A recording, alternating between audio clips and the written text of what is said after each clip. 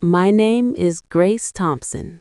I'm 62 now, sitting on the porch of my little house in Inglewood, on the south side of Chicago, watching the L train rumble by in the distance. The city hasn't changed much since I was a young woman scrubbing floors and changing bedpans to keep the lights on, but I have. I used to think love was unbreakable, that blood was thicker than money, that a mother's sacrifices bought her a permanent place in her child's heart. I learned the hard way that sometimes the people you raise can grow up to see you as an embarrassment instead of a foundation. This is my story, the one I never told anyone until the dust settled and the headlines faded. It's long because the pain built slowly, over decades, like rust on iron, and when it finally broke through, it broke clean. I was 23 when Marcus was born. His father, Jamal, was a smooth-talking mechanic who promised the world and delivered nothing but excuses. One morning, I woke up to an empty closet and a note that said, "I can't do this. No goodbye kiss, no promise to send money, just gone." I stared at that note for an hour, then burned it in the sink and went to work. I was already a certified nursing assistant at University of Chicago Medical Center, pulling doubles on the surgical floor. The pay was decent for the South Side, but with a baby, it felt like pennies. Marcus was my everything. Big brown eyes, curly hair that smelled like baby shampoo and hope. I named him after my grandfather, the man who taught me that hard work wasn't optional, it was honor. I rented a 2-bedroom walk-up on 63rd Street, roaches in the summer, radiator clanking like a bad heart in winter, but it was ours. I worked nights so I could be home days, dropping him at my auntie's before preschool, picking him up after. When he started kindergarten, I enrolled in night classes at Malcolm X College to become a registered nurse. Sleep was a luxury I couldn't afford. He was a good kid, quiet, thoughtful. He'd sit at the kitchen table doing homework while I studied anatomy flashcards between feedings and laundry. "Mama, when I grow up, I'm going to buy you a big house with a yard," he'd say, pencil in hand. I'd laugh and kiss his forehead. "Just finish school, baby. That's all Mama needs." By the time he was 12, I was an RN on the oncology ward. Long shifts, but the money was better. I saved every extra dollar in a shoebox under my bed, then in a savings account when the balance got too big to hide. Marcus played basketball at school, made honor roll without me nagging. He saw me come home exhausted, feet swollen, scrubs smelling like antiseptic and grief. He saw me cry once, quietly, in the bathroom, after losing a patient who reminded me of my own mother. He hugged me and said, "You're the strongest person I know, Mama." I believed him. He got into Whitney Young Magnet School, top of his class. Teachers called him future lawyer material. I worked overtime to cover SAT prep courses, application fees. When the acceptance letter from Northwestern came, full ride scholarship plus work study, I screamed so loud the neighbors knocked to check if everything was okay. We danced in the living room like fools. That night, I cooked his favorite, fried chicken, collard greens, and mac and cheese. We ate on paper plates because the good ones were for company. College flew by. He majored in political science, minored in business, interned at big downtown firms. By graduation, he had job offers from 3 law schools and 2 real estate development companies. He chose law school at Loyola, another partial scholarship, but tuition still high. I co-signed the private loans, not because he needed me to. His credit was good from summer jobs. But he asked, "Mama, just in case, I don't want any surprises." I signed without hesitation. What mother wouldn't? He graduated law school, passed the bar on the first try, landed a job at a prestigious firm in the Loop, specializing in real estate transactions. Suits tailored, briefcase leather. He started sending money home every month. "For you to relax," he'd say. I put it in savings instead.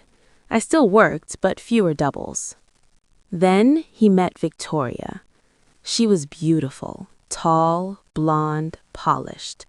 Grew up in Lake Forest, that North Shore enclave where houses looked like museums and cars cost more than my annual salary. Her father owned a chain of luxury car dealerships. Her mother, Evelyn Harrington, chaired charity boards and lunched at places I'd only seen in magazines. Marcus brought her to dinner one Sunday. I cooked smothered pork chops, cornbread, sweet potato pie. Victoria was polite, smiled a lot, complimented the food, but her eyes flicked around the apartment like she was cataloging flaws. The worn linoleum, the second-hand couch, the faint smell of hospital that never quite left my skin. "Such a cozy place," she said. Marcus beamed. "Mama's the best cook in Chicago." Evelyn invited us to their home for Thanksgiving, Lake Forest, a colonial mansion on Sheridan Road, manicured lawn, circular driveway. I wore my best dress, navy blue, bought on sale at Macy's. Marcus picked me up in his new Audi. Victoria greeted me with air kisses. Evelyn shook my hand like I was applying for a job. "Grace, how lovely to meet you. Marcus speaks so highly of you." Dinner was catered. Crystal, silver, multiple forks. Conversation swirled around private schools, yacht clubs, summer homes in Door County. I smiled, nodded. When Evelyn asked what I did, I said, "I'm a registered nurse at UChicago Medicine." "How noble," she replied, "such important work." But her tone said otherwise. Over the next year, things shifted. Marcus visited less, always busy with Victoria's family events. Holidays became split. Christmas Eve with me, Christmas Day with them. Birthdays, he'd call, promise to stop by, then text an apology. Something came up at the club. I told myself it was normal. Sons grow up, build new lives. Then, the engagement. He called me crying happy tears. "Mama, she said yes." Ring from Tiffany's. I was thrilled. I started saving more aggressively, dreaming of helping with the wedding. Victoria's family insisted on paying for everything. Cathedral of St. James downtown, reception at the Armour House at Lake Forest Academy, an old stone mansion turned event space, chandeliers, gardens, views of the lake. Guest list, 300.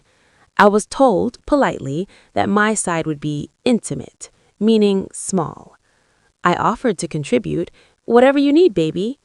Marcus hugged me. "We got it covered, Mama. Just be there." The planning meetings I was invited to felt like audits. Evelyn would say things like, "We want this to reflect the family standing." Victoria would show me photos of dresses that cost 5 figures. I'd nod. "Beautiful." One afternoon, Evelyn pulled me aside at a tasting. "Grace, you're such a practical woman. I admire that. But let's be honest, this is Victoria's Day. We don't want anything inappropriate." I felt the heat rise. "What do you mean?" She smiled thinly. "Just that some traditions are best kept simple. Your friends from the hospital, they're welcome, of course, but perhaps not in the front rows." I left early that day. The wedding arrived. June, perfect weather. I wore a lavender dress I bought off the rack, altered myself. Marcus looked handsome in his tux. Victoria was a vision in white lace. During pictures, Evelyn directed everyone. When it was time for mother-son shots, she stepped in front. "Grace, why don't you wait over there? We need family first." I stood aside. At the reception, the ballroom glowed. String quartet, ice sculptures, open bar. My table was near the back. Nurses, a few cousins, old neighbors. Marcus and Victoria sat at the head table with their parents and siblings. Toasts started. Victoria's father praised the joining of 2 great families. Evelyn stood next.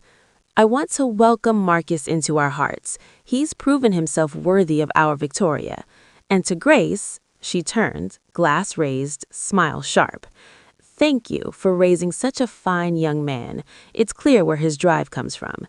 Now he can finally step into the life he was meant for." The room clapped. I forced a smile. Then, the incident. I went to the bar for water. Evelyn followed. As I turned, she tripped, and her glass of Cabernet splashed across my dress. deep red on lavender. It soaked through instantly. "Oh dear," she said, loud enough for nearby tables. "How clumsy of me. You really should have worn something darker, Grace. This crowd can be messy." People stared, laughed nervously. Marcus saw from across the room. He walked over, face tight. "Mama, you okay?" Before I could answer, Evelyn said, "She's fine, darling. Accidents happen. Perhaps she should change. We have staff who can help." Marcus looked at me, then at her. "Yeah, maybe go clean up, Mama." I felt the floor tilt. My son, my baby, choosing sides in real time. I didn't cry. I walked to the bathroom, wiped what I could with paper towels. The stain spread. I looked in the mirror, tired eyes, wet dress, dignity hanging by threads.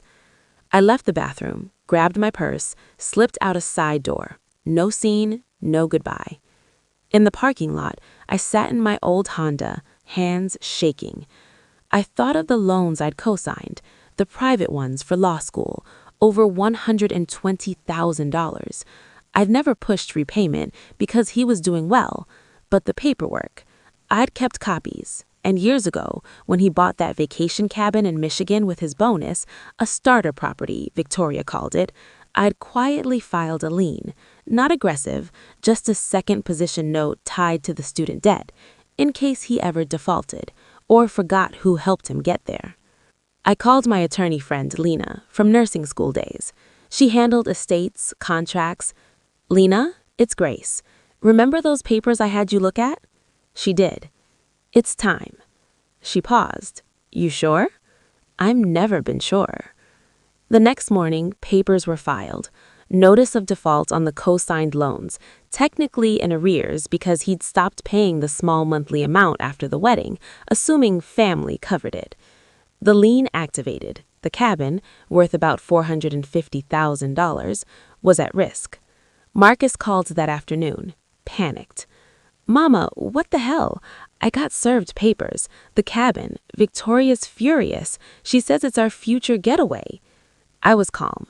"You told me to go change, Marcus, at your wedding, in front of everyone." Silence. "That was... Evelyn tripped." "No. Evelyn humiliated me, and you let her. You chose." "Mama, I didn't mean..." "You did. You laughed. You said go clean up like I was the help." He begged. "Please, we can talk. Victoria's parents are threatening to cut us off if this goes public." I thought of the shoebox savings, the nights I worked while he slept, the dreams I deferred. "Talk to your new family," I said. "They have expectations. I have mine." I hung up. The firm settled quietly. Marcus paid the loans in full, drained his savings, sold the cabin at a loss. Victoria's parents distanced themselves when the story leaked in legal circles. Financial irresponsibility, they called it. Marcus tried to reconcile, came to my door with flowers. I let him in, made coffee. "Why, Mama?" "Because you forgot who carried you." He cried. "I was ashamed of where I came from. I thought if I fit in with them..." "You lost yourself trying." I listened. Then I said, "I forgive you, but forgiveness doesn't mean forgetting, and it doesn't mean trusting again right away." He left with his head down. Years passed. I retired, full pension, savings intact. Bought a small house in Inglewood. Porch swing, garden. I volunteer at a free clinic, teach young nurses about resilience. Marcus calls sometimes, visits on holidays. Victoria left him 2 years ago, said he was too tied to the past. He lives alone now, works at a smaller firm. He's humbler, calls me Mama again, not Grace. I don't hate him. I raised him to be better than that moment, but I protect myself now. Sometimes I sit on this porch, coffee in hand, and think about that red stain on lavender. It never came out, but so didn't I. And that's the point. Some stains remind you who you are. Some remind you who they aren't.